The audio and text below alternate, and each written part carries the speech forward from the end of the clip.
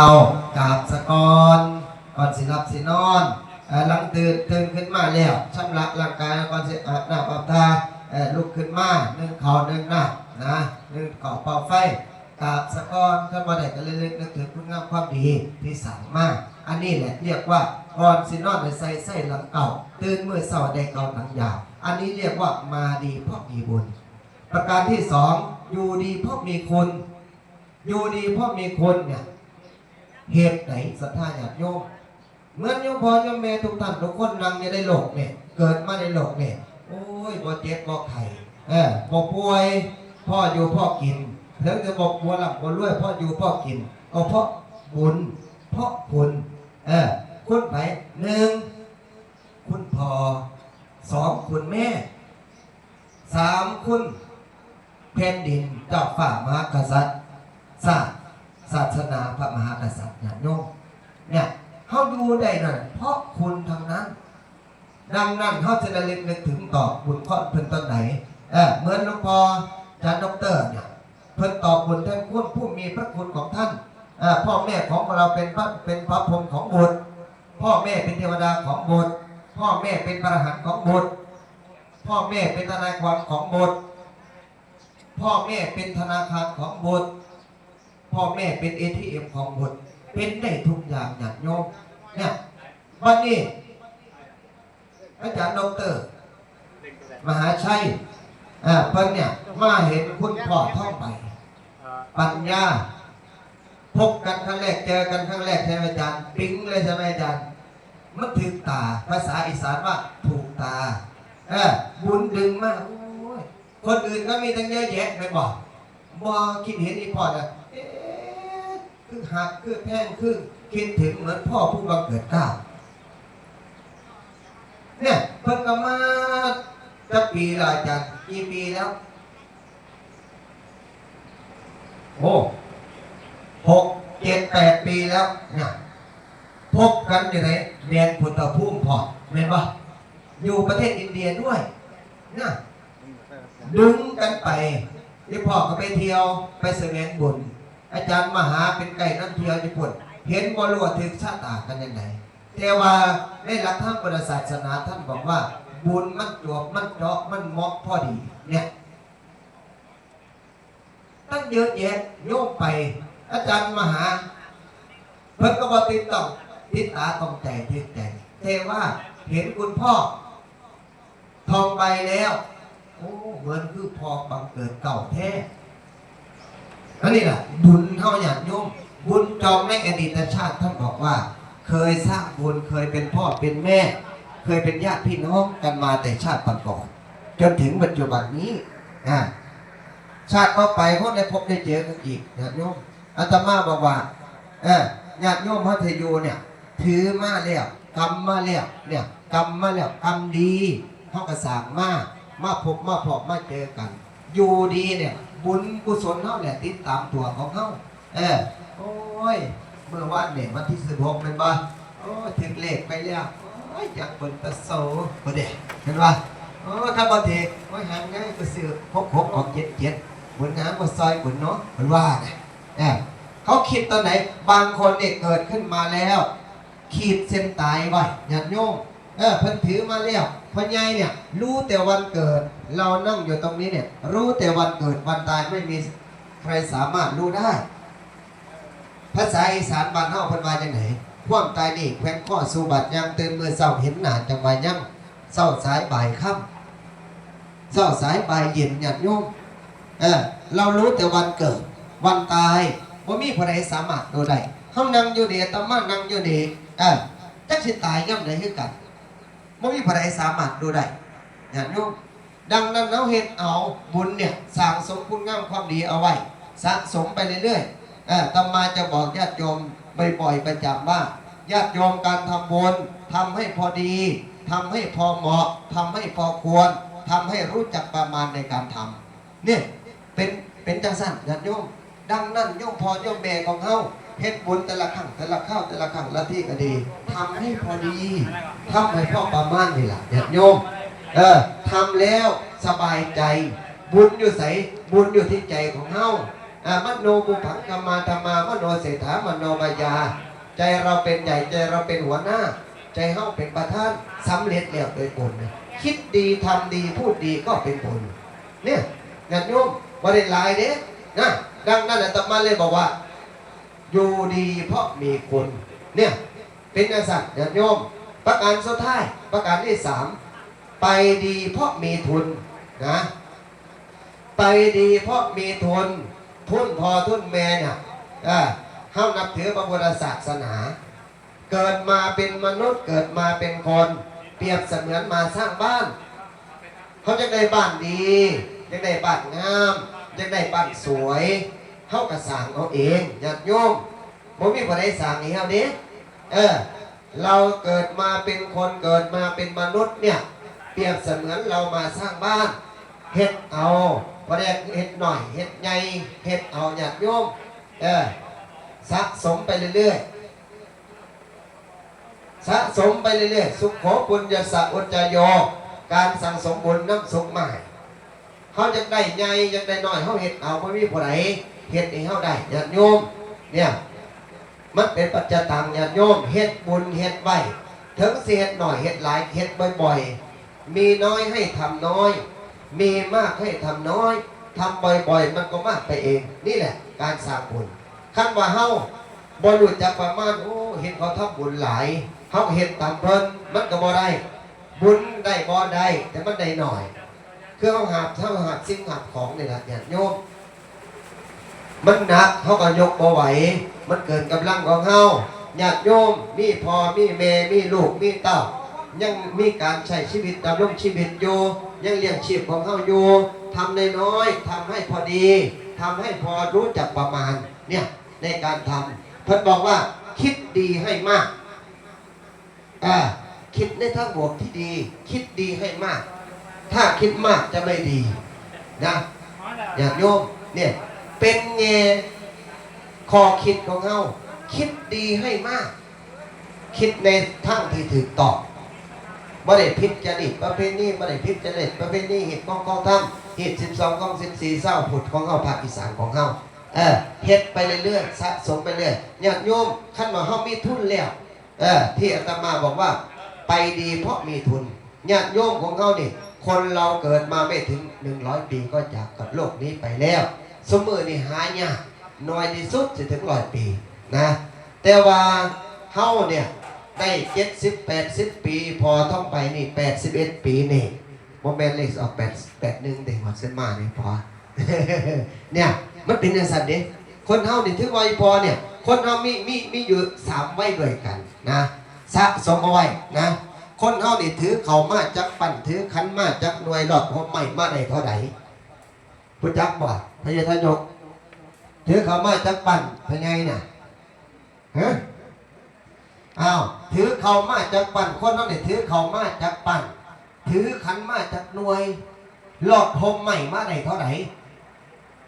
คนเรานี่เกิดขึ้นมาเนี่ยถือเข้ามา4ปั่นได้ไงเด้อ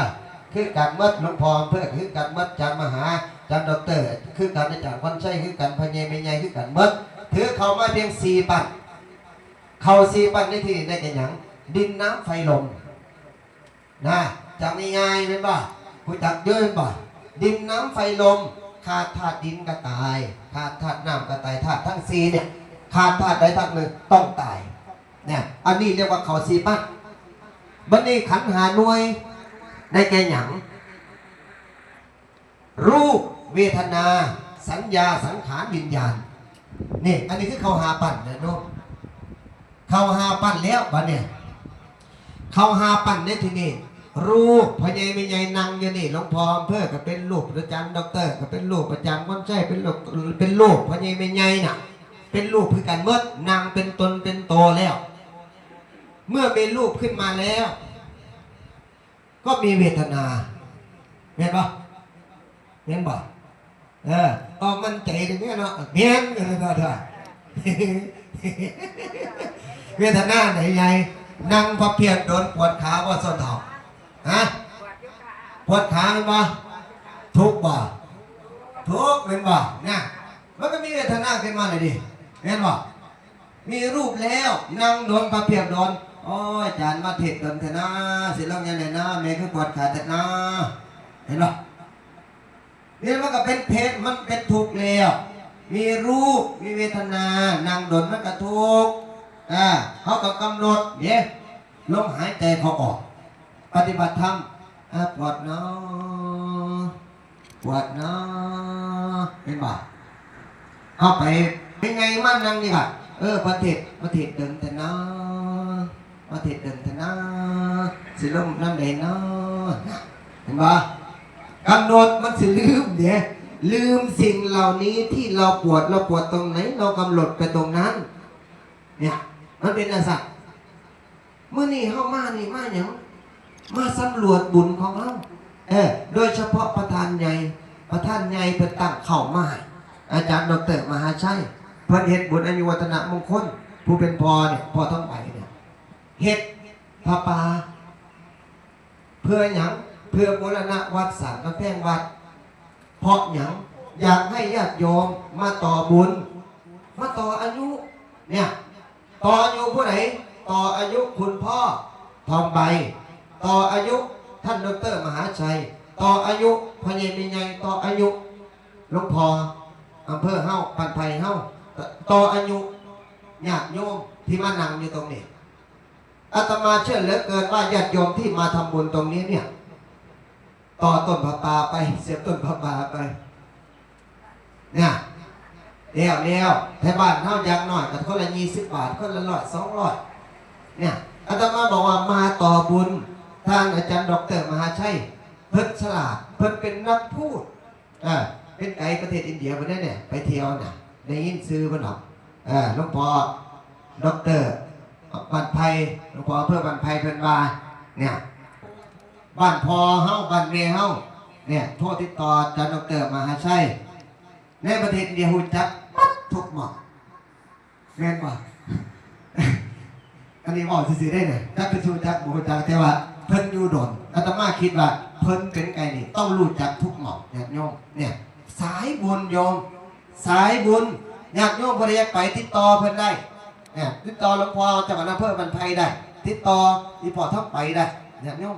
เนี่ยไปแดนพุทธภูมิประเทศอินเดียเนี่ยอาจารย์ซิบว่าเพราะว่า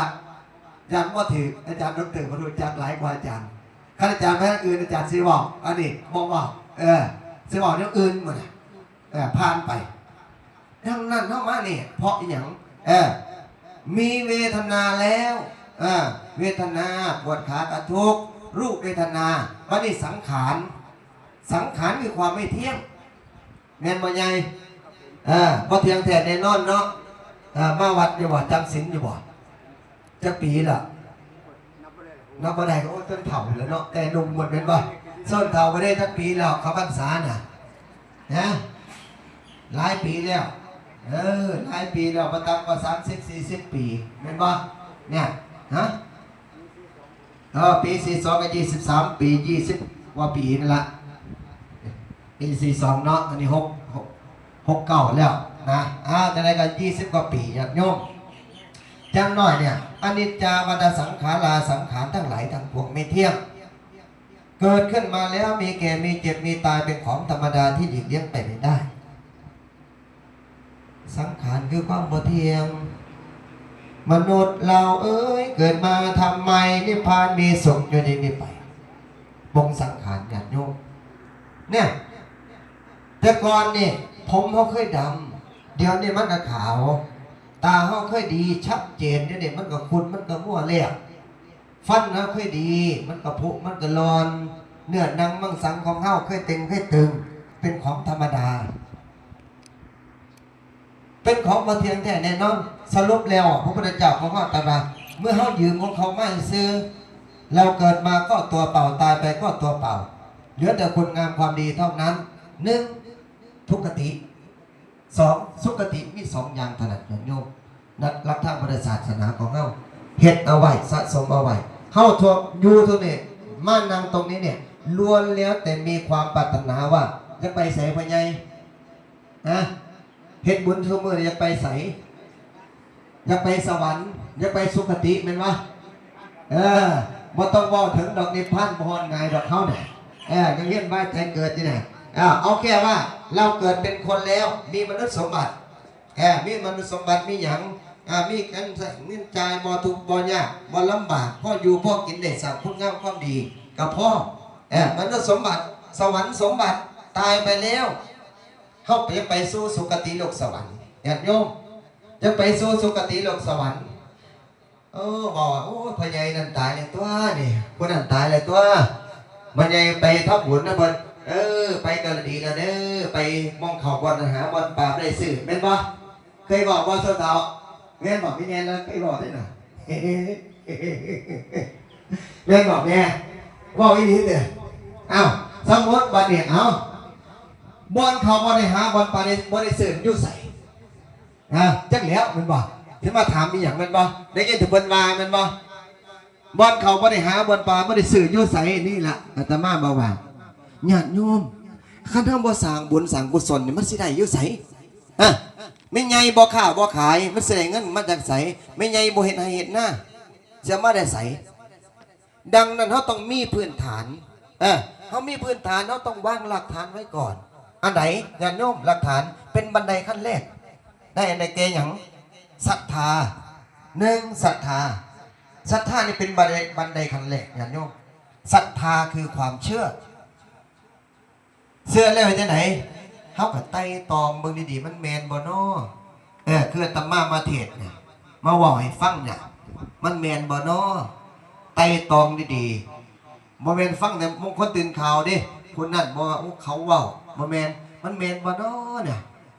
ไต่ตองไว้เนี่ยเมื่อเราเกิดศรัทธาแล้วเราก็มีความเชื่อน่ะเชื่อโอ้แมนลีตัวเพิ่นพาว่าเพื่อว่าเขาเคยเขาวัดจำศีลเป็นวันสันนิสิเขาปฏิบัติไปวิทยาคือความเหลื่อมใสเสื้อแล้วก็เหลื่อมใสศรัทธาเหมือนศรัทธาญาติโยมเนี่ยมาทำบุญด้วยตรงนี้เนี่ยทำบุญ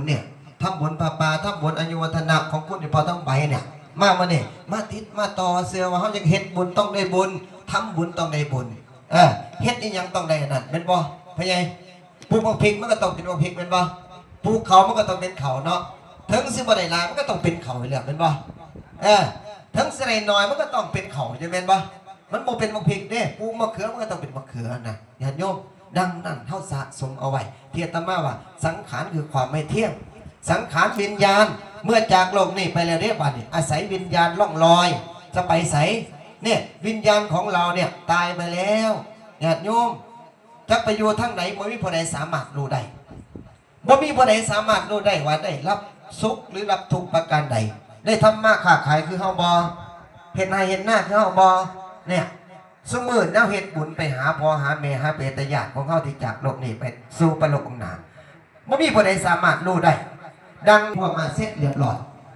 ลูกเต้าของเฮาไปได้เบิ่งเฮาเบิ่งพ่อเบิ่งแม่เนี่ยโยมดูแลพ่อดูแลแม่อันนี้ล่ะเพิ่นบอกว่าบุญต้องได้ในชาตินี้บ่ต้องรอในชาติหน้าบัดนี้กรรมเอาในชาตินี้ว่าต้องเอาในชาติหน้าผู้ใดเคยด่าพ่อด่าแม่ทำให้พ่อแม่เสียอกเสียใจน้ำห้องให้น้ำตาไหลพอมีลูกมีเต่ามีครอบมีครัวมาแล้วเฮาเฒ่าแก่ชรามาลูกเขาใหญ่แล้วเดี๋ยวกับลูกเขาสิได้ด่าเฮาลูกเขาสิได้ด่าได้ปล่อยได้ด่าทำให้เฮาเสียอกเสียใจ